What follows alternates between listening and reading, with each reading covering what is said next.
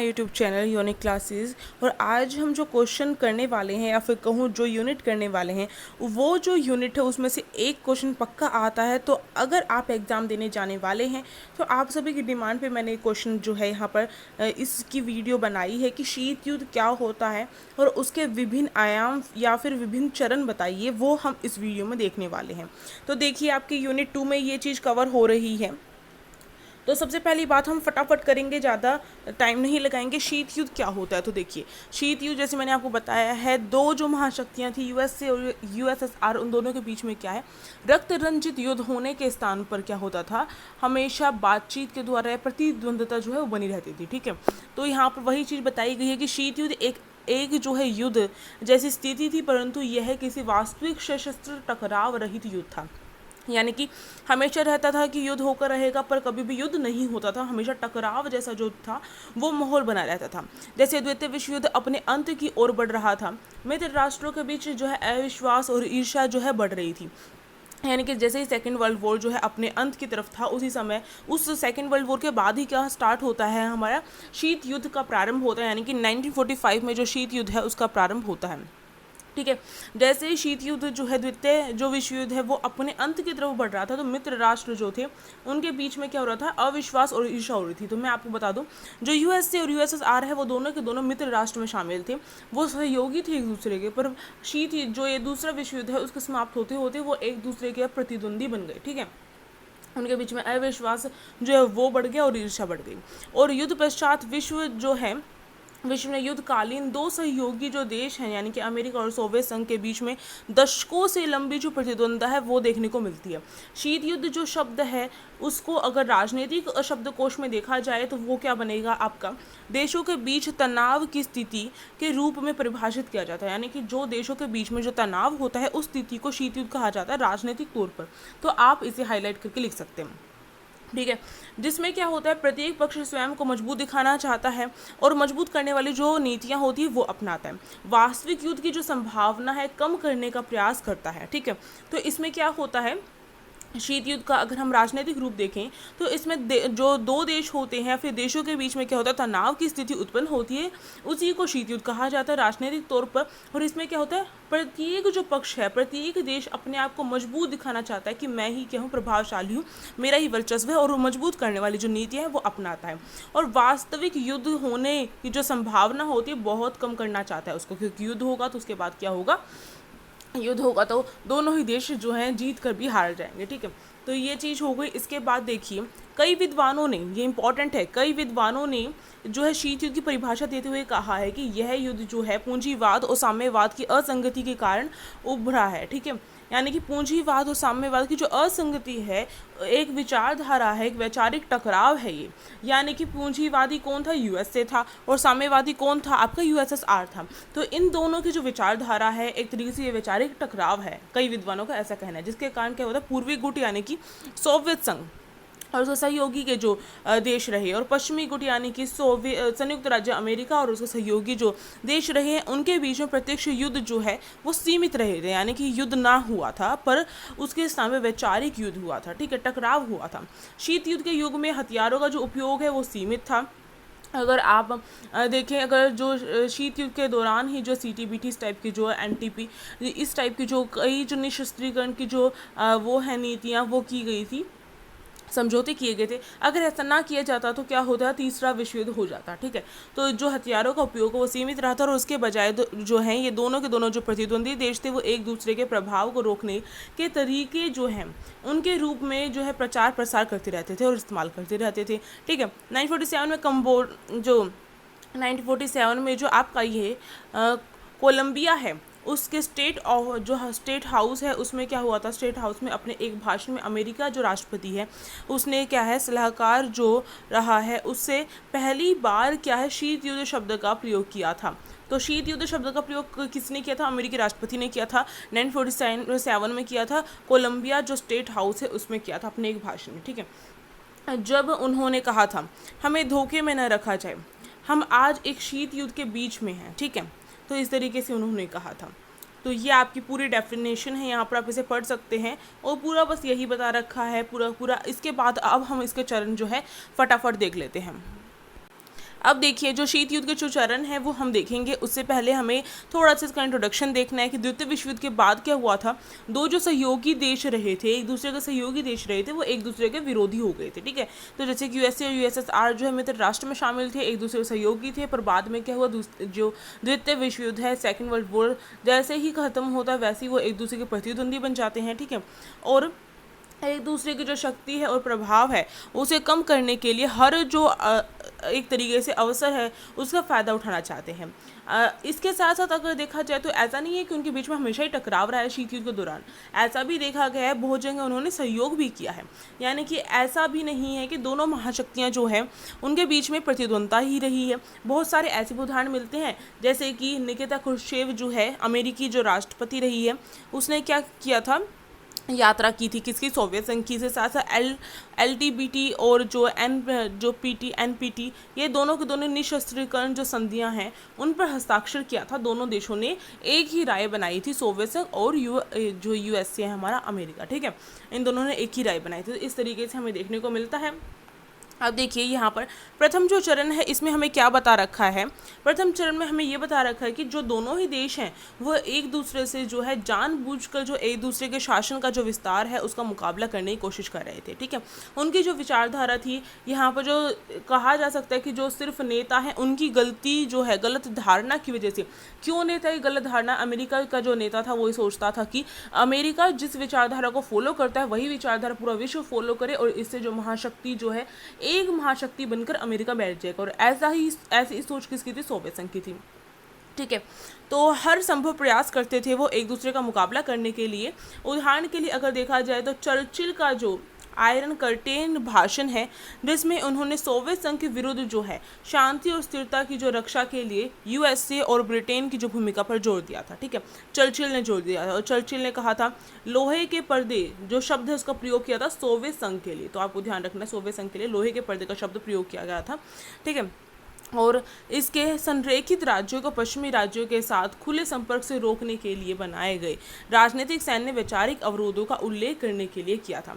यानी कि चर्चिल ने लोहे के पर्दे का जो शब्द का प्रयोग किया था वो इसलिए किया गया था कि सोवियत संघ के द्वारा जो पश्चिमी राज्य है उसके साथ जो खुले जो संपर्क हो रहे थे, पश्चिमी राज्य यानी कि अमेरिका के अंडर आने वाले जो राज्य हैं उनके साथ जो संपर्क हो रहे थे वो राजनीतिक सैन्य और वैचारिक जो अवरोध हैं उनका उल्लेख करने के लिए यहाँ पर किया गया था।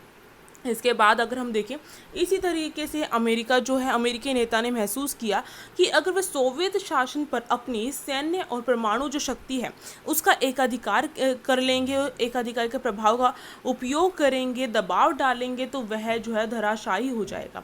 यानी कि अमेरिकी जो नेता थे उनका मानना था कि अगर वो क्या करेंगे, सोवियत शासन पर क्या करेंगे, अपना सैन्य और परमाणु शक्ति का प्रयोग करेंगे और सैन्य और परमाणु शक्ति पर एकाधिकार कर लेंगे पूरे विश्व में, केवल अमेरिका के पास जो है सैन्य और परमाणु जो शक्ति है वो रहेगी, तो क्या होगा, सोवियत संघ पर वो क्या कर लेंगे, सोवियत संघ को भी अपने नीचे दबा लेंगे। ऐसा मानना था अमेरिकी का। यानी कि जो विचारधारा है दोनों की अलग अलग थी, ठीक है। और इसके साथ साथ वही दूसरी तरफ क्या, जो स्टालिन जो है सोवियत संघ के अंडर आता है एक नेता, ठीक है। जो स्टालिन है वो कम्युनिस्ट शासन का विस्तार करना चाहता था। स्टालिन क्या करना चाहता था, कम्युनिस्ट शासन। उसका मानना था कि पूरे विश्व में कम्युनिस्ट शासन होना चाहिए, साम्यवादी शासन होना चाहिए, ठीक है। और इसलिए उन्होंने क्या किया, उन्हें युद्धकालीन जो समझौते का पालन करना आवश्यक नहीं लगा। कि यानी कि युद्धकालीन, इसका मतलब है कि जो सोवियत संघ का ये जो नेता था स्टालिन, उसका मानना था कि मुझे युद्ध नहीं करना है, मुझे तो अपना देश का विस्तार करना है, अपने अंडर जितने देश आते हैं उनका विस्तार करना, और मुझे जो कम्युनिस्ट शासन है उसका विस्तार करना पूरे विश्व में। तो इसलिए अभी युद्ध करना सही नहीं रहेगा, तो इसी वजह से कभी युद्ध नहीं हुआ, ठीक है। याल्टा और ये बता रखा है, इस तरीके से सम्मेलन भी हुए थे। और फिर निर्णय पूछा गया कि पूर्वी जो यूरोपीय देश है उसे आत्मनिर्णय का सिद्धांत जो होगा उसके अंडर क्या करना पड़ेगा, उसके अंडर लोगों द्वारा चुने गए जो लोकतांत्रिक शासन है उसके तहत रखा जाएगा। यानी कि जो पूर्वी यूरोप है, पूर्वी यूरोप जो है किसके अंडर आता, सोवियत संघ के अंडर आता था, ठीक है। पूर्वी यूरोप में जो आत्मनिर्णय का सिद्धांत है उसका पालन किया जाएगा, और जिसके तहत आत्मनिर्णय का जो सिद्धांत है उसका मतलब ही क्या था, आत्मनिर्णय का जो सिद्धांत था उसका मतलब था कि लोग क्या करेंगे, खुद चुनेंगे, खुद निर्णय लेंगे कि हमें कहाँ रहना है, एक तरीके से लोकतांत्रिक शासन के तहत रहना है या नहीं, ठीक है। तो ये चीज़ थी इसमें। अब इसके बाद हम देखेंगे जो ये प्रथम चरण रहा है, इसमें एक इम्पॉर्टेंट चीज़ रही है जर्मन। ठीक है, जो जर्मन रहा है उस पर प्रभुत्व जो है, आप देखिए जो जर्मन है, जर्मन का जो एरिया है, जर्मन का जो पूर्व का एरिया है वो कौन ले लेता है, वो हमारा ये जो यूएसएसआर है वो अंडर कर लेता अपना। और जर्मन का जो पश्चिम का एरिया है वो किसके अंडर चला जाता है, वो जाता है यूएसए के अंडर। यानी कि जर्मन जो है दो भागों में विभाजित हो जाता है। ठीक है, तो ये जो है एक महत्वपूर्ण घटना रही है जिसकी वजह से जो शीत युद्ध है उसे एक तरीके से बल मिला है। ठीक है, यही चीज़ यहाँ पर बताई गई है। तो आप देख सकते हैं युद्ध के पश्चात क्या हुआ था, जो यूरोप के जो पूर्वी क्षेत्र हैं उसमें विशेष रूप से जर्मनी जो है, पोलैंड हो गया, भविष्य के प्रश्न को लेकर जो है दोनों महाशक्तियों के बीच जो तनाव है उसे जन्म देते हैं। यानी कि पूर्वी क्षेत्र यूरोप के जो हैं वो क्या करते हैं, जैसे कि जो पूर्व में जर्मन है और पोलैंड है, ये दोनों के दोनों क्या रहे थे, द्वितीय विश्व युद्ध में मेन रहे थे, जिन्होंने क्या किया था, द्वितीय विश्व युद्ध एक तरीके से आरंभ किया था, हमने देखा था। ठीक है, तो जर्मन और जो पोलैंड है उन दोनों के बीच में जो भविष्य का प्रश्न था उनका कि हम भविष्य में क्या कैसे अपना सुधार करेंगे, तो इसी चीज़ को लेकर दोनों महाशक्ति चाहती थी कि वो इनके अंडर आ जाए। तो ये जो है इसी वजह से जो तनाव है वो जो है अपना बल पकड़ लेता है और जो शीत युद्ध है उसका पहला चरण जो है यहाँ से शुरू हो जाता है। तो शीत युद्ध का चरण कहाँ से स्टार्ट होता है, इंपॉर्टेंट है। और शीत युद्ध का पहला चरण लेकर क्वेश्चन अलग से भी पूछा जाता है आपसे। ठीक है, तो इसलिए डिटेल में कर रहे हैं हम यहाँ पर। अब देखिए द्वितीय विश्व युद्ध के विनाश के कारण क्या हुआ, यूरोप के जो पूर्वी क्षेत्र हैं, पूर्वी क्षेत्र जब भी आएगा आपको ध्यान रखना है, पूर्वी जो क्षेत्र है वो सोवियत संघ के अंदर है और जो पश्चिमी क्षेत्र है वो किसके अंडर है, वो अमेरिका के अंडर है। तो यूरोप के जो पूर्वी क्षेत्र में जो भू राजनीतिक स्थिति है वो अस्थिर थी और रूस ने क्या किया, रूस ने इस स्थिति का फ़ायदा उठाया, पोलैंड में कम्युनिस्ट सरकार की स्थापना कर दी। ठीक है, पोलैंड में रूस ने कर दी, रूस किसके अंडर आता है, सोवियत संघ के अंडर आता है। तो इसका फ़ायदा उठाया गया कि पोलैंड जो है उसमें भू राजनीतिक जो स्थिति है वो अस्थिर है। ठीक है, और इसी चीज़ का फ़ायदा उठाया और वहाँ पर कम्युनिस्ट जो सरकार है उसकी स्थापना कर दी। इसके बाद जो सोवियत संघ है उसने क्या किया, बुल्गारिया, रोमानिया, जो छोटे छोटे जो टुकड़े थे देशों के, बुल्गारिया, रोमानिया, हंगरी, यूगोस्लाविया, इन सब पर क्या किया, अपना प्रभुत्व जमा लिया और इन सबको अपने अंडर में कर लिया और वहाँ पर कम्युनिस्ट शासन का विस्तार किया। ठीक है, जो इनका उद्देश्य था कि कम्युनिस्ट शासन पूरे विश्व में होना चाहिए। ठीक है, इसके लिए आमतौर पर अगर देखा जाए भ्रामक जो रणनीति है उसका पालन किया गया। भ्रामक रणनीति का मतलब था कि कई बार नेताओं की भी हत्या की गई थी कम्युनिस्ट शासन की स्थापना करने के लिए। इसके साथ कई बार जो है बल का प्रयोग भी किया गया था, यानी कि अपनी मर्जी से जो है इनके अंडर नहीं आते थे, कई बार बल का प्रयोग किया जाता था, कई बार नेताओं की हत्या की जाती थी। इस तरीके से साम्यवाद के विस्तार का जो मुकाबला करने के लिए जो अमेरिका है, अमेरिका ने जो है अब भाई रूस ऐसा करेगा, सोवियत संघ ऐसा करेगा कि अपने अंडर में देश लेके आएगा, तो अमेरिका चुपचाप कैसे बैठ सकता है, अमेरिका चुपचाप नहीं बैठा। अमेरिका ने भी इसका जो है ईंट से पत्थर का जवाब जो कहते हैं इस तरीके से दिया, या पत्थर से ईंट का जवाब दिया।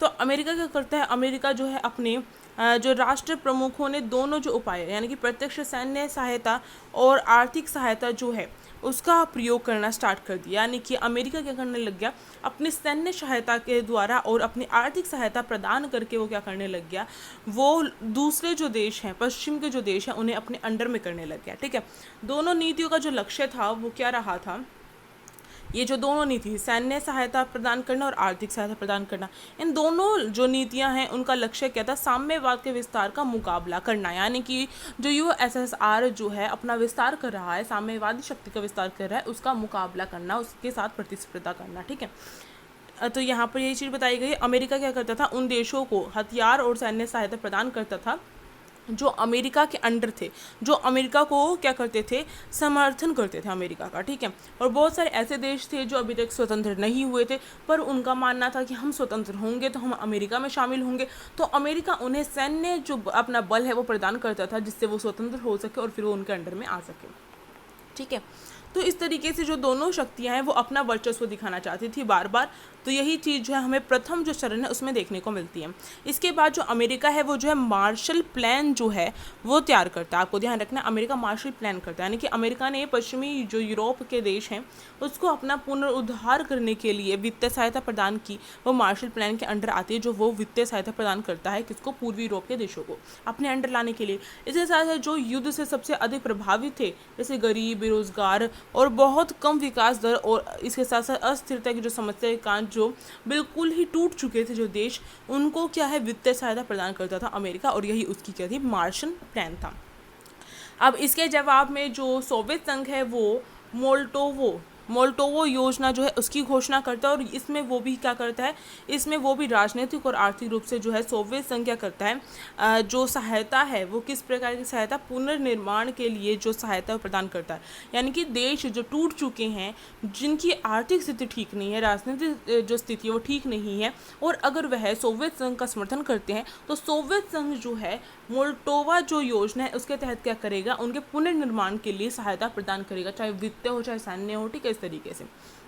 तो ये दोनों के दोनों जो है उन्होंने अपनी अपनी जो नीतियाँ वो बनाने स्टार्ट कर दी थी अपना वर्चस्व दिखाने के लिए। प्रथम ये जो चरण है इसमें हमें देखने को मिलता है।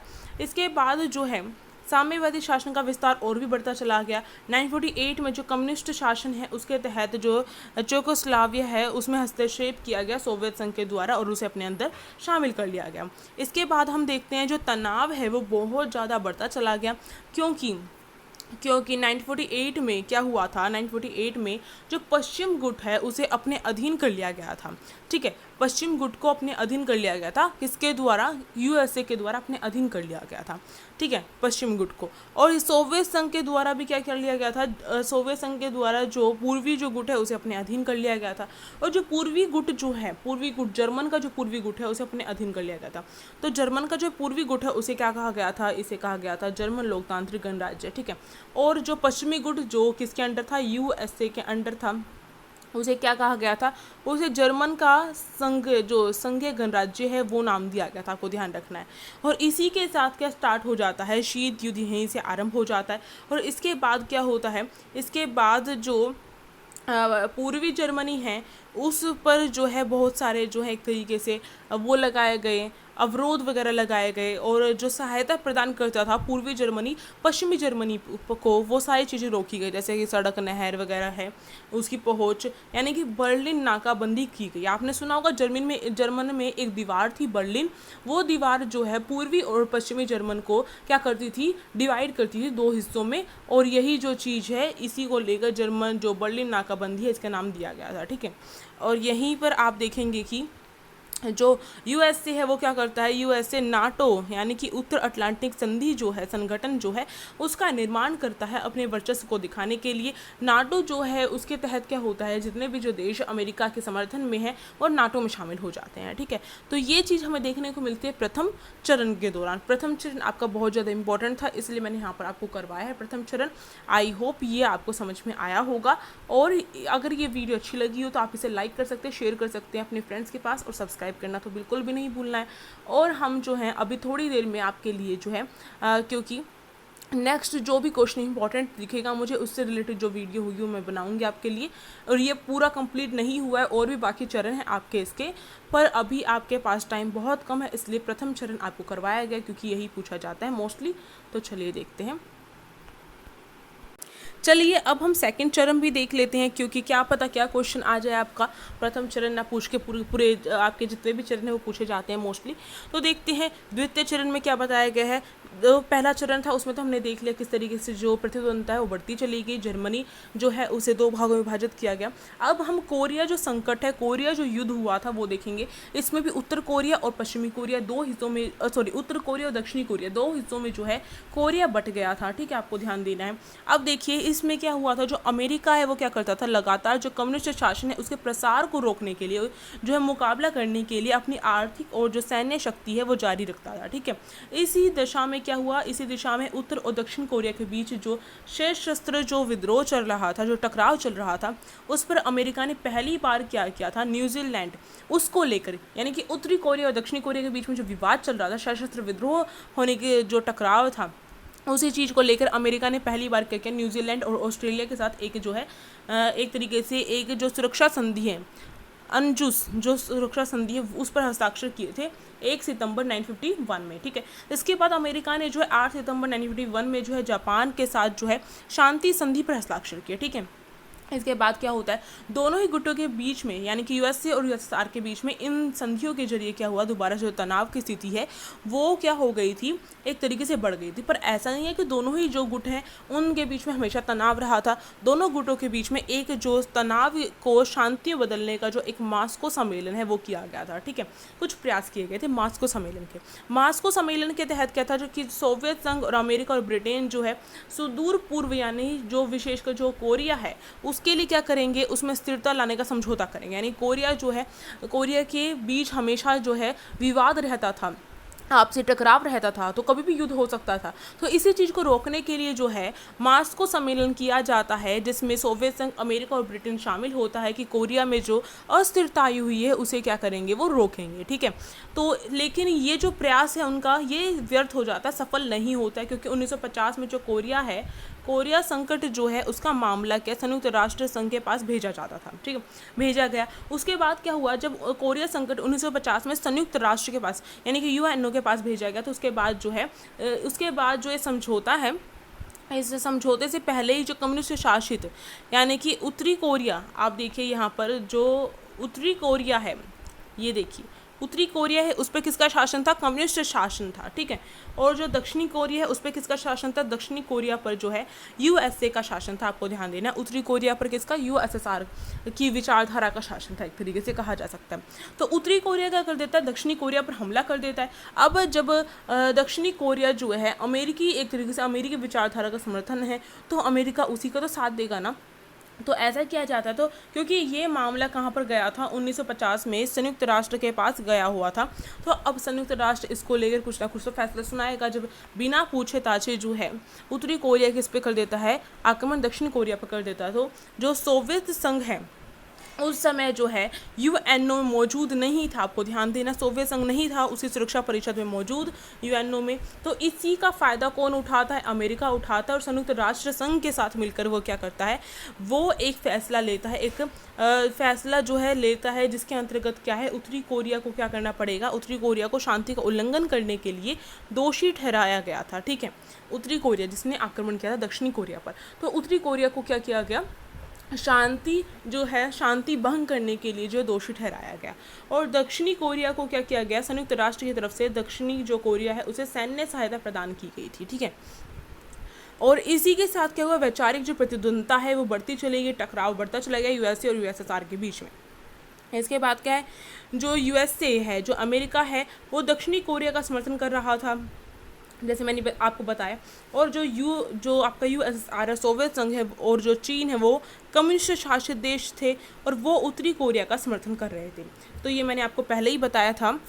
इसके बाद क्या होता है, जो उत्तरी कोरिया दक्षिणी कोरिया है वो क्या करते हैं, 1953 में क्या करते हैं, एक शांति संधि पर हस्ताक्षर करते हैं। और उसके बाद ही क्या होता है, उनके बीच में जो ये टकराव हो रहा था, कहीं ना कहीं युद्ध जो हो रहा था, कभी भी युद्ध छिड़ जाता था इन दो देशों के बीच में। दो देश नहीं थी, एक ही देश के दो टुकड़े हो गए थे, उत्तरी और दक्षिणी। और दक्षिणी जो था वो अमेरिका के फेवर में था, उत्तरी जो था यूएसएसआर के फेवर में था। तो वो क्या करते हैं, 1953 में शांति जो संधि है उस पर हस्ताक्षर करते हैं और युद्ध जो है उसे अपना समाप्त कर देते हैं। इसके बाद क्या होता है, जो ये कोरिया युद्ध है इस तरीके से प्रभाव डालता है इन दो महाशक्तियों के बीच में, क्योंकि इनकी जो विचारधारा थी उसको लेकर पहले ही टकराव था, अब कोरिया युद्ध में और टकराव देखने को मिला हमें। तो इसकी वजह से क्या हो, जो प्रतिद्वंदता हो रही थी इन दो देशों के बीच में और भी ज़्यादा बढ़ती चली गई। ठीक है, और दूसरी तरफ जो है अगर हम देखें, अमेरिका जो है वो क्या कर रहा था, साम्यवादी जो साम्यवाद का जो प्रसार हो रहा था उसे रोकने के लिए जितना खर्च हो सकता था अमेरिका उतना खर्च कर रहा था, चाहे अपने सैन्य बल पे किसी भी चीज़ पे कर रहा हो, लाखों डॉलरों खर्च कर रहा था वो। ठीक है, दूसरी तरफ अगर हम जो है सोवियत संघ की बात करें, तो सोवियत संघ क्या कर रहा था, सोवियत संघ कर रहा था कि जो परमाणु बम है, क्योंकि उसके पास परमाणु बम नहीं थे, अमेरिका के पास परमाणु बम थे, तो उसने परमाणु बम किया, उसका परीक्षण किया, परमाणु बम बनाया, उसका परीक्षण किया और उसमें सफल हुआ।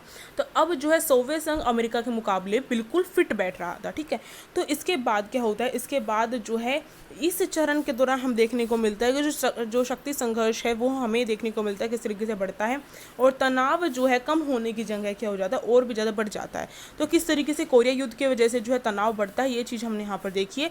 अब हमें तीसरा चरण देखना है, तो फटाफट देख लेते हैं। अब देखिए जो तीसरा चरण है उसे फटाफट से देख लेते हैं हम, क्योंकि टाइम बहुत ज़्यादा होता जा रहा है, पर इट्स ओके, आप देख सकते हैं, आपका एग्जाम है, आपको करना है। ठीक है, जो तीसरा चरण है उसमें बताया गया है किस प्रकार से जो दोनों देश हैं उनके बीच में जो नेतृत्व है वो परिवर्तित हो जाता है, यानी कि जो उनके नेता हैं वो बदल जाते हैं। कैसे बदलते हैं? जो रूस है, सॉरी, जो सोवियत संघ है, उसमें 1953 में जो स्टालिन है उसकी मृत्यु हो जाती है, और उसके बाद में वहाँ पर जो है, उसके बाद में जो राष्ट्रपति की स्थापना होती है वहाँ पर, वो है निकिता क्रुश्चेव। और वो किसके समर्थन में थे? वो शांति और सह अस्तित्व और समझौते के समर्थन में थे। ठीक है, यानी कि जो सोवियत संघ है उसमें कौन आ जाता है? स्टालिन की मृत्यु हो जाती है, और वहाँ पर निकिता क्रुश्चेव आ जाते हैं, जो किसके समर्थन में थे? शांति के समर्थन में थे, समझौते के समर्थन में थे। ठीक है, और इसी प्रकार से यूएसए में भी जो राष्ट्रपति है, हैरी जो है, उसका कार्यकाल जो है समाप्त हो जाता है, और उसके बाद कौन आता है वहाँ पर? आइजनहावर जो है वो बन जाते हैं वहाँ के। ठीक है, तो ये जो है इसी प्रकार से ऐसा लगता है कि अब जो है इन दोनों देशों के बीच में जो आपसी टकराव था वो समाप्त हो जाएगा, पर ऐसा कुछ भी नहीं हुआ। ठीक है, किस प्रकार से कुछ भी नहीं हुआ? क्योंकि जो सोवियत संघ जो है उसे घेरने के लिए भारत के जो प्रशांत महासागर का जो क्षेत्र है उसे जो है एक तरीके से जो संयुक्त राष्ट्र संघ है और उसके जो सहयोगी हैं उन्होंने क्या किया? उन्होंने एक तरीके से अपने समर्थन वाले जितने भी एशियाई देश हैं, जैसे कि कौन कौन से एशियाई देश है, पाकिस्तान, फिलीपींस, थाईलैंड के साथ जो बहुपक्षीय रक्षा संधि है उस पर हस्ताक्षर किया। यानी कि अमेरिका चुप नहीं बैठा, अमेरिका ने क्या किया? एक संधि पर हस्ताक्षर किया। अपने जितने भी कौन से देश हैं यहाँ पर जो बताए गए हैं आपको, ये एशियाई जो देश हैं उनके साथ जो है एक हस्ताक्षर किया। कौन सी संधि है? बहुपक्षीय रक्षा संधि पर हस्ताक्षर किया। उसके बाद जो अमेरिका है उसने फिर से एक कदम उठाया। 8 सितंबर 1954 को क्या किया उसने? सीटो जो है उसका गठन कर दिया, आपको ध्यान रखना। उसके बाद जो है फिर उसने दोबारा से 1955 में अमेरिका ने क्या किया? मीडो का गठन कर दिया। अब अमेरिका इतने लगातार कदम उठाता जाएगा तो क्या सोवियत संघ चाहकर भी चुप रह पाएगा? बिल्कुल भी नहीं। अब सोवियत संघ भी क्या करता है यहाँ पर? सोवियत संघ भी जो है अपना एक अलग जो है गठन जो है करना चाहता है, और वो क्या करता है? वार्सा जो संधि है उसका निर्माण करता है। 1955 में सोवियत संघ करता है। 12 देशों का ये गठन था वार्सा संधि, तो इसका जो गठन है वो कर देता है सोवियत संघ। इसके बाद जो होता है इन दोनों महाशक्तियों के बीच में जो वैचारिक जो टकराव था और भी ज़्यादा बढ़ता हुआ चला जाता है, और उसका एक कारण तीसरे चरण में हमें देखने को मिलता है वियतनामी युद्ध। ठीक है, ये आपको ध्यान रखना है। इसके साथ साथ जो है 1956 में जो हंगरी जो रहा है उसमें सोवियत संघ का जो हस्तक्षेप रहा है वो भी एक कारण रहता है इन दोनों देशों के बीच में जो शीत युद्ध है उसे और भी ज़्यादा बढ़ाने को। और ऐसा लगता था इस तीसरे चरण में अब युद्ध होकर रहेगा, युद्ध हो ही जाएगा, पर ऐसा नहीं हुआ। ठीक है, ऐसा हो जाता तो ये क्या है? ये जो है हमारा यहाँ पर शीत युद्ध हम नहीं पढ़ रहे होते। ठीक है, और कुछ पढ़ रहे होते।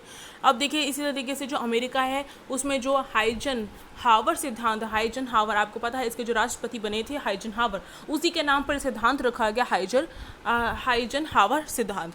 इसके अनुसार क्या था? इसके अनुसार कोई भी मध्य पूर्व देश अमेरिका से आर्थिक और सैन्य सहायता क्या कर सकता है? ले सकता है। ठीक है, अगर उसे सशस्त्र आक्रामकता का खतरा महसूस हो रहा है तो कभी भी जो है अमेरिका से जो है आर्थिक और सैन्य सहायता जो है वो ले सकता है। ठीक है, इसके साथ ही जो आप देखेंगे अमेरिका ने तो ऐसा किया।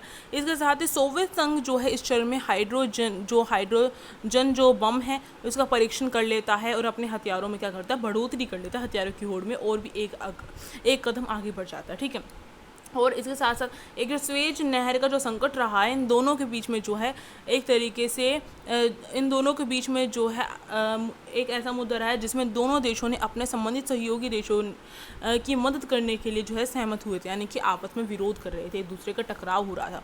तो कई कारण देखे जिसकी वजह से इस चरण में टकराव हो रहा था। एक तो नेता परिवर्तित हो गए, तो ऐसा मानना था कि तीसरे चरण में क्या होगा? अब शांति होगी, पर शांति नहीं हुई। और फिर जो है हंगरी जो रहा है संकट, और इसके साथ साथ जो वियतनामी युद्ध जो है वो रहा है, इसके साथ जो स्वेज संकट है, और इसके साथ साथ जो अमेरिका वो क्या करता है इसमें सीटो मीडो इन सब की स्थापना करता है, और यूएसएसआर क्या करता है? वार्सा पैक्ट की स्थापना करता है इसमें। ठीक है, हाइड्रोजन जो बम है उसका परीक्षण करता है सोवियत संघ, यूएसएसआर। तो इन सारे कारणों की वजह जो शीत युद्ध है वो बढ़ता चला गया। ठीक है, अब चौथा चरण फटाफट देख लेते हैं। चौथा जो चरण है उसमें देखिए, तो ये जो चौथा चरण था इसमें क्या हुआ था? 1962 में जो शीत युद्ध है उसका जो चौथा चरण है इसमें क्या हुआ था? इसमें हमें देखने को मिलता है कि जो सोवियत संघ की जो कम्युनिस्ट पार्टी है उसके जो महासचिव हैं और उसके जो प्रमुख जो रहे हैं नेता निकिता क्रुश्चेव, उन्होंने क्या किया 1959 में क्या किया? उन्होंने आधिकारिक तौर पर जो सोवियत जो यूएसए है उसका दौरा किया। ठीक है, यानी कि दौरे पर जाते हैं जो नेता, यानी कि जो निकिता क्रुश्चेव है वो कहाँ पर गए थे? यूएसए में दौरा करने के लिए गए थे। तो इससे ऐसा लगा कि हाँ अब शांति हो सकती है, समझौते हो सकते हैं इन दो देशों के बीच में, तो शांति हो सकती है, ऐसा लगा जब ये नेता जो है यूएसए में गए। ठीक है, और इन्होंने क्या की अमेरिका की यात्रा की। पर जैसा इनका सोचना था, जैसा सबका मानना था कि शांति होगी, ऐसा कुछ भी नहीं हुआ। ना तो वहाँ पर कोई औपचारिक समझौता हुआ, ठीक है, औपचारिक रूप से कोई भी समझौता नहीं हुआ। और दोनों नेताओं के बीच में जो एक तरीके से व्यक्तिगत संबंध है वो थोड़े बहुत स्थापित हुए थे, पर इससे ज़्यादा वहाँ पर कुछ भी नहीं हुआ। और ये जो यात्रा थी, ये जो दौरा था, ये जो है असफल हो गया, ठीक है। और इसके बाद हमें देखने को मिलता है कि जो अमेरिका है, अमेरिका का क्या करता है, U-2 नामक जो एक अमेरिकी जासूसी विमान है 1960 में क्या करता है, वो सोवियत संघ में भेजता है। ये एक जासूसी विमान होता है जिसे क्या सोवियत संघ में भेजा जाता है सोवियत संघ की जासूसी करने के लिए अमेरिका के द्वारा। और जब सोवियत संघ को पता चल जाता है और वो उसका विरोध करता है तो अमेरिका क्या कहता है, मैं ऐसा करूँगा क्योंकि मुझे खतरा है कि कभी जो सोवियत संघ है वो मुझ पर हमला ना कर दे। इस तरीके से जो है वो यहाँ पर बहाने बनाता है और जो है भविष्य में भी ऐसा करेगा। अमेरिका ऐसा कहता है कि मैं भविष्य में भी जो हूँ U-2 जो विमान है वो उसे भेजता रहूँगा क्योंकि इससे क्या मेरी संप्रभुता बरकरार रहेगी, ठीक है। इस तरीके से तर्क देता है। और उसके बाद जो है इनके बीच में जो एक तरीके से जो वैचारिक जो टकराव था युद्ध में, हमें हमेशा ऐसा लगता था कि युद्ध होकर रहेगा अभी, ठीक है। और इसके बाद एक बर्लिन संकट जो है वो भी निकल कर आता है। बर्लिन संकट की वजह से जो होता है, आखिर में जो बर्लिन संकट है 1961 में सोवियत संघ के द्वारा मजबूरन एक बर्लिन की दीवार बनानी पड़ती है, ठीक है। इसके बाद क्यूबा मिसाइल संकट भी आपने पढ़ा होगा कि क्यूबा मिसाइल संकट भी 1961 में ही होता है, जिसमें जो है क्यूबा जो है एक छोटा सा क्षेत्र होता है अमेरिका USA का बिल्कुल करीब में जो होता है 90 मील की दूरी पर होता है ये क्यूबा, ठीक है। इस क्यूबा में क्या किया जाता है, जो USA वो क्या करता है, अपने जो परमाणु हथियार वगैरह है और जासूसी की जो चीज़ें हैं वो वहाँ पर तैनात कर देता है, ठीक है। तो इससे अब देखिए जैसे कि USSR इतनी दूरी पर है, ठीक है, तो यहाँ से आक्रमण करेगा तो काफ़ी उसे समस्याओं का सामना करना पड़ेगा। अब क्यूबा इतनी पास में, तो क्यूबा से वो आक्रमण कर सकता था, तो इसी चीज़ का खतरा अमेरिका को था। तो अमेरिका और USSR के बीच में तनाव हो गया। जैसे ही जो है USSR ने अपने क्यूबा जो कम्युनिस्ट शासन जो के अंडर था, क्यूबा जो है USSR में शामिल हो गया था। तो क्यूबा में जो है USSR ने क्या किया, जो सैन्य चीज़ें हैं वो तैनात कर दी, परमाणु हथियार तैनात कर दिए। तो इसी का बदला लेने के लिए और अपनी सुरक्षा के लिए अमेरिका भी क्या करता है, क्यूबा के चारों तरफ क्या करता है, परमाणु जो हथियार होते हैं उसे तैनात कर देता है। और जब तक जो सोवियत संघ है वो अपने इन हथियारों को वहाँ से नहीं हटाएगा क्यूबा से, तब तक जो है अमेरिका अपने परमाणु हथियारों को ऐसे तैनात रखेगा और कभी भी युद्ध हो जाएगा। तो ये जो चीज़ें यहाँ पर हमें देखने को मिलती हैं इसमें।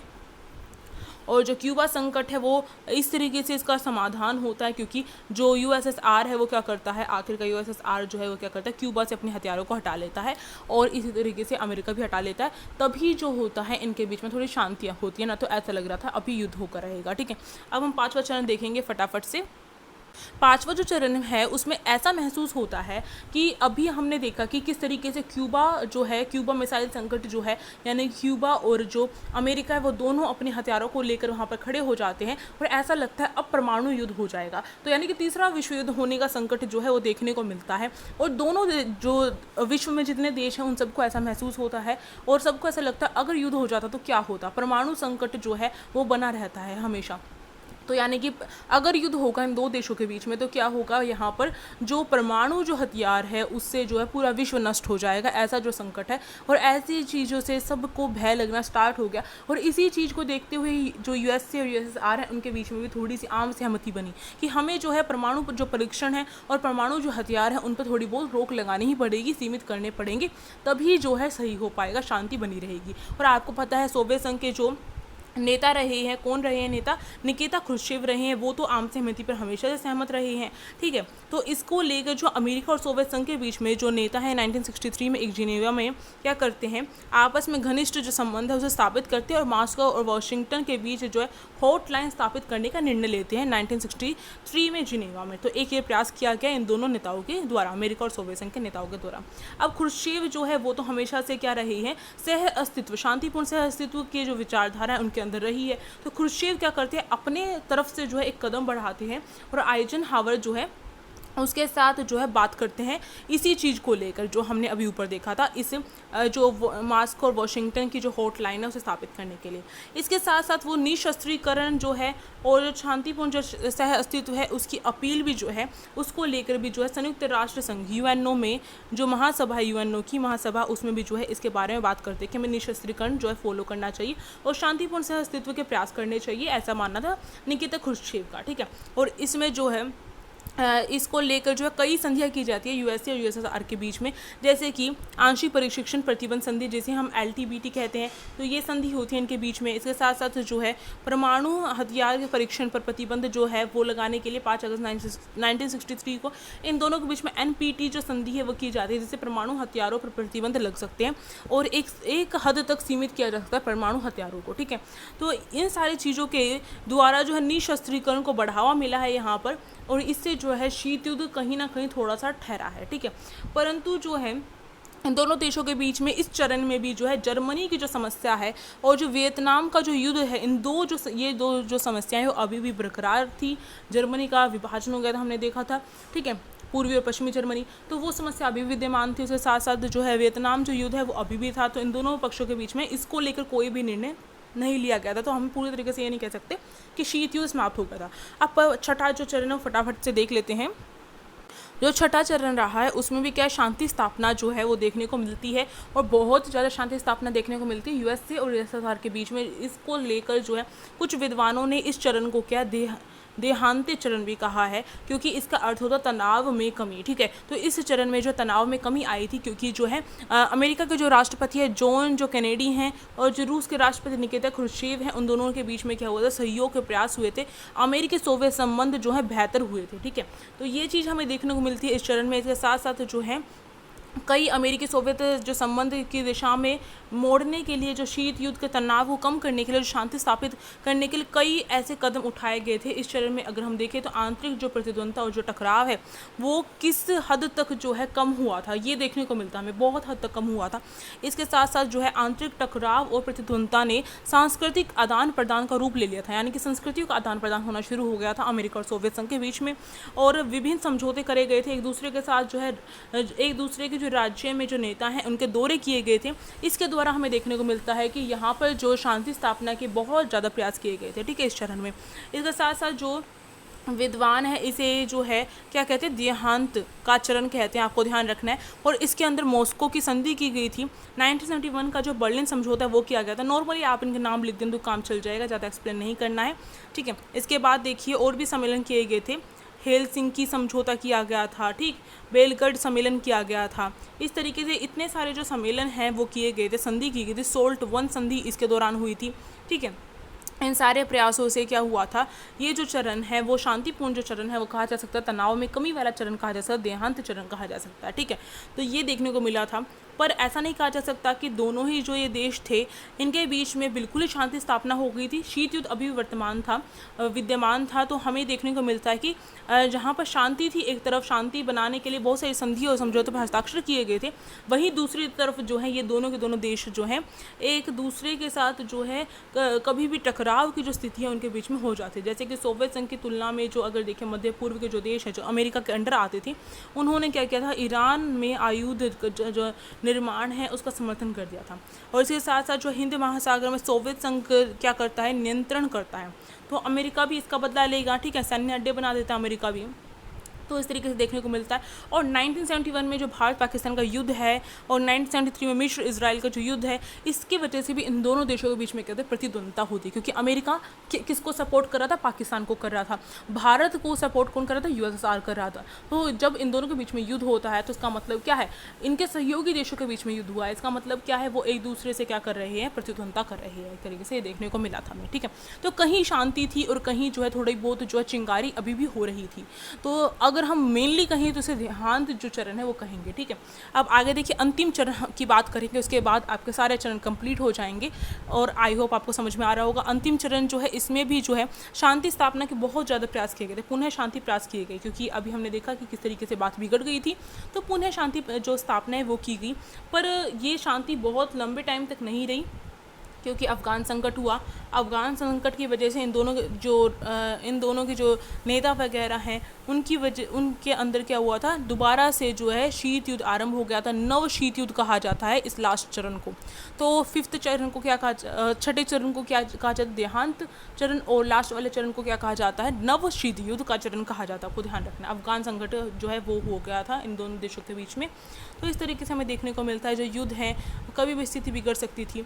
और बहुत सारी संधियाँ भी हुई जिसकी वजह से शांति स्थापना हुई, जैसे सोल्ट 2 संधि हुई है इसके अंदर, स्टार्ट संधि हुई है इसके अंदर। तो ये संधियाँ वगैरह भी होती रही हैं।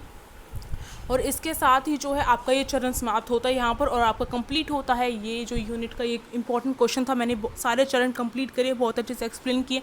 आई होप आपको अच्छी लगी हो तो लाइक शेयर एंड सब्सक्राइब अपने फ्रेंड्स के पास शेयर कीजिए, और हम मिलते हैं नेक्स्ट वीडियो में। Thank you for watching this video.